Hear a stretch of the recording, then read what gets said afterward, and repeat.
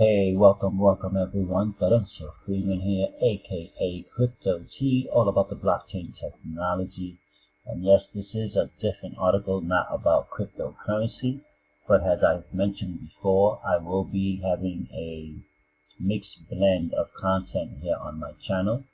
And I wanted to bring this article by way of the New York Times, which of course I'm not a fan of, but I didn't find any other article, so I stuck with this one, and I wanted to share it with you guys, my fellow subscribers. Now, if this happens to be your first time here on my channel, please do smash that subscribe button, bang the get notifications bell, and also smash the likes, guys, as it will help build engagement here on my channel. And of course, I cannot do that without any of you guys. So thank you much for doing exactly that. So now I don't want to waste any more of your time. Let's get into it. We all know what El Chapo just recently went through with the trial here in Brooklyn, New York, and the charges, the counts that he was charged with, and of course life in prison. I mean, we all knew that.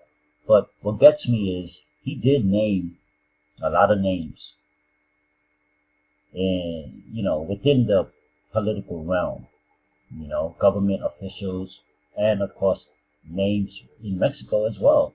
I mean, the president, I would dare say, did take a bribe, and witnesses have confirmed that. So, could he really be locked up?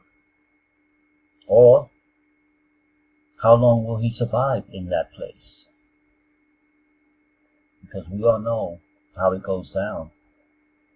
There may be just an HIT on him, right? I mean, but let's get into this quick article. It says here that where El Chapo could end up, a prison, in quote, not designed for humanity, close quote. And there's the image as you see here on the screen. And below that it says the United States Penitentiary Administrative Maximum Facility, also known as the ADX, holds criminals such as Terry L. Nichols and Theodore J. Kaczynski. Wow, that's the Unabomber, the so-called Unabomber. Wow, I didn't even know that. Did any of you guys know that? Let me know in the comments below. Honestly, I never even heard of ADX. Of course, I wouldn't be paying attention like that, but it says here that in the coming months, as the infamous drug lord Joaquin Guzman is finally sentenced, Loretta is finally sentenced and put behind bars, his American jailers will confront a question that long bedeviled their counterparts in Mexico.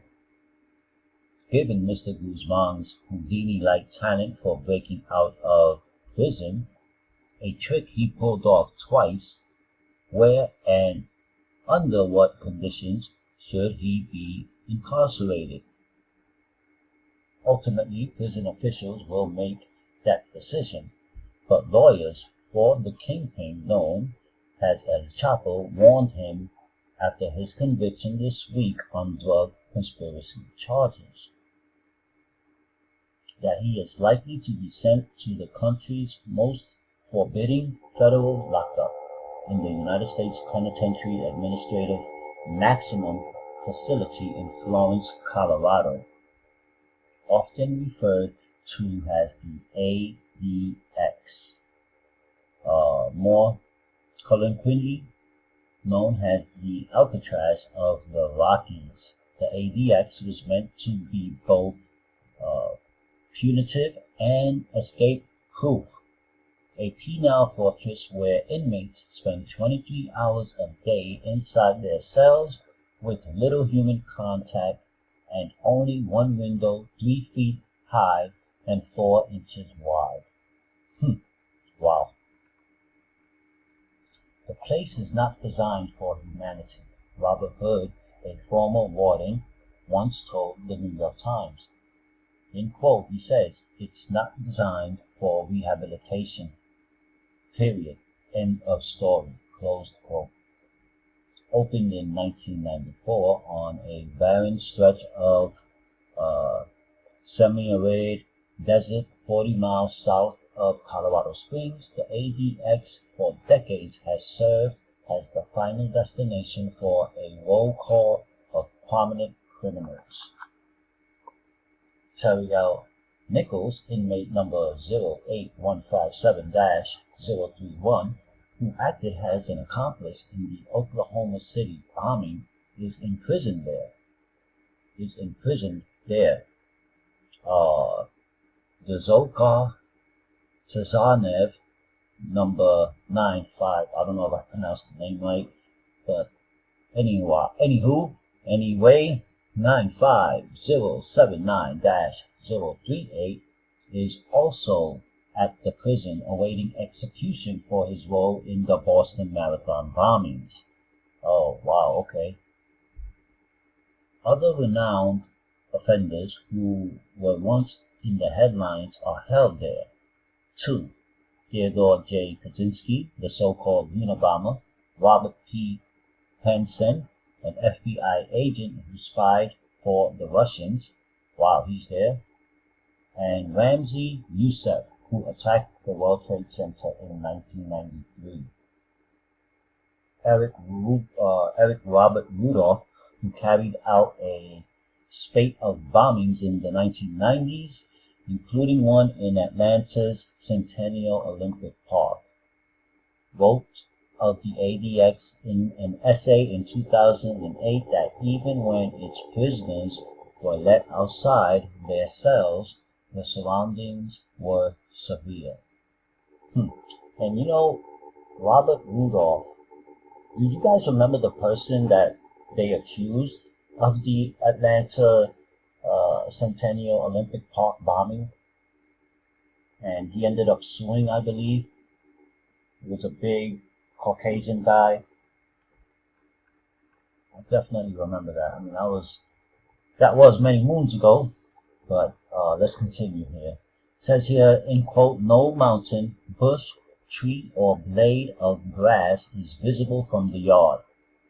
Just the sky," close quote, Mr. Rudolph wrote. The cages have just enough room to do aerobic exercises. Other than the opportunity to breathe fresh air and feel the sunshine on your skin, the outside cages are just cells that are open to the sky. Inside the prison, Mr. Rudolph and others familiar with the ADX have said conditions were equally grim, with nearly every part of its 500 cells made of poured concrete. Wow. Religious services are broadcast on closed-circuit television, as are most educational programs. The showers are halting, the water flowing for a minute at a time and only after prisoners push a button. So in quote, he says here, "You may find it necessary to depress the on-off button frequently during the duration of your shower," close quote. Inmates are advised in their admission and orientation handbook. Unpleasant as all this may sound, Mr. Guzman has in a sense been prepared for the ordeal, having spent the 2 years since his extradition to New York housed in 10 South, the gloomy maximum security wing of the federal jail in Lower Manhattan. There he has been kept in isolation and almost incommunicado, meaning uncommunicative, I believe, denied all visits except from his lawyers and his young twin daughters.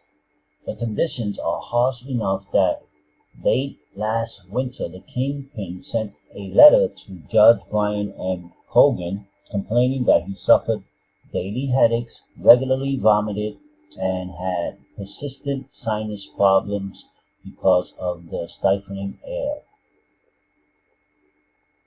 In quote, the light in my cell is on all hours of the day, Mr. Guzman added,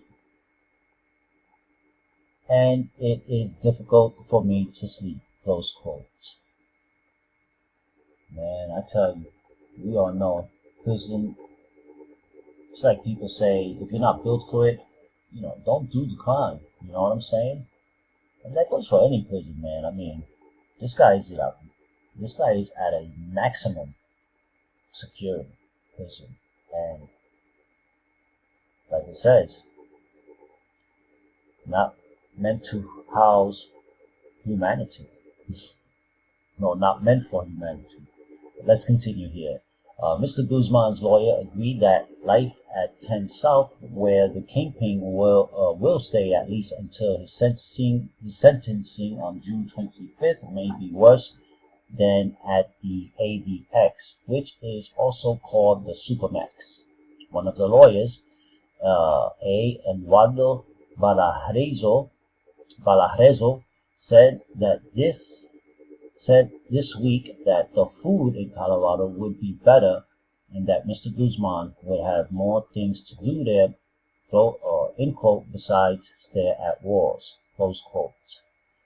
Jeffrey Lichtman, another lawyer for the kingpin, said that the Manhattan jail has, in quote, the most extreme conditions I've ever seen, and that any criminal defendant in America has faced. Interesting. In quote, he says, while the Supermax is onerous, Mr. Lichtman added, I know it's not worse than what he's already experienced, close quote. Some defense lawyers in death penalty cases have used the conditions at the ADX to reassure jurors that defendants who were spared execution would not serve their life sentences in luxury.